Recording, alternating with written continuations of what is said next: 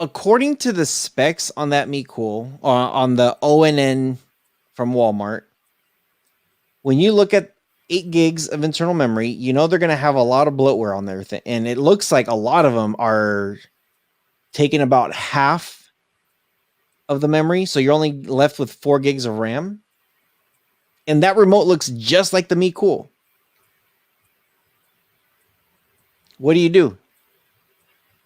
Do you stick with the Fire Stick, the 4K Fire Stick? Do you go with the Me Cool, the KM2? You know, I think at that price point, you have to ask yourself a couple questions. One, I would ask myself, do I use...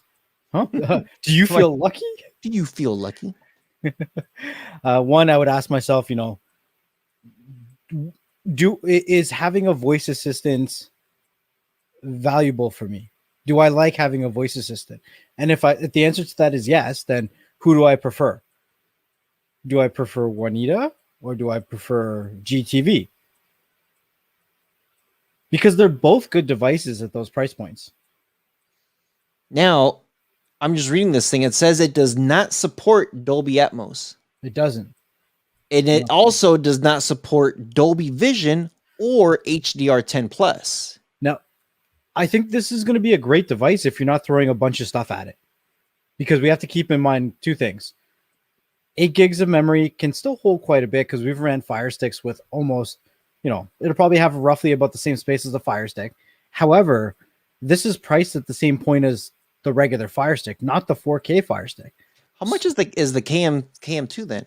Right. So this is priced at what, $30, guys? This is going to be a good bang for your buck if you're not loading up the devices with things that are, one, going to be demanding to the system resources, or two, you're just loading every app under the sun. You don't want to keep this device clogged up. If this can play 4K good, like, it could be a nice little device for $30 for sure. So the Me Cool KM2 is at $78.99. So $78.99, $80 from the Me Cool online store. Now, because of that price point, we can't compare it to the ONN, and we can't compare it to the Fire Sticks because that's a little bit more than double. Yeah. The Me Cool does have those ports. Mm-hmm. The one thing I will say about the ONN device that I kind of... It's always one of those things where it's just like, but why? There's no USB ports on the ONN, on the Walmart's TV box.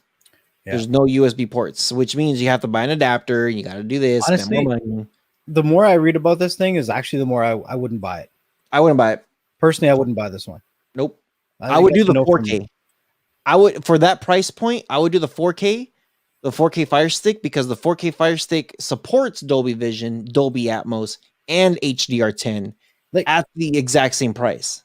Like, what are we nickel and diming ourselves? We're saving so much money streaming. Why are you going to cheap out on a device like this?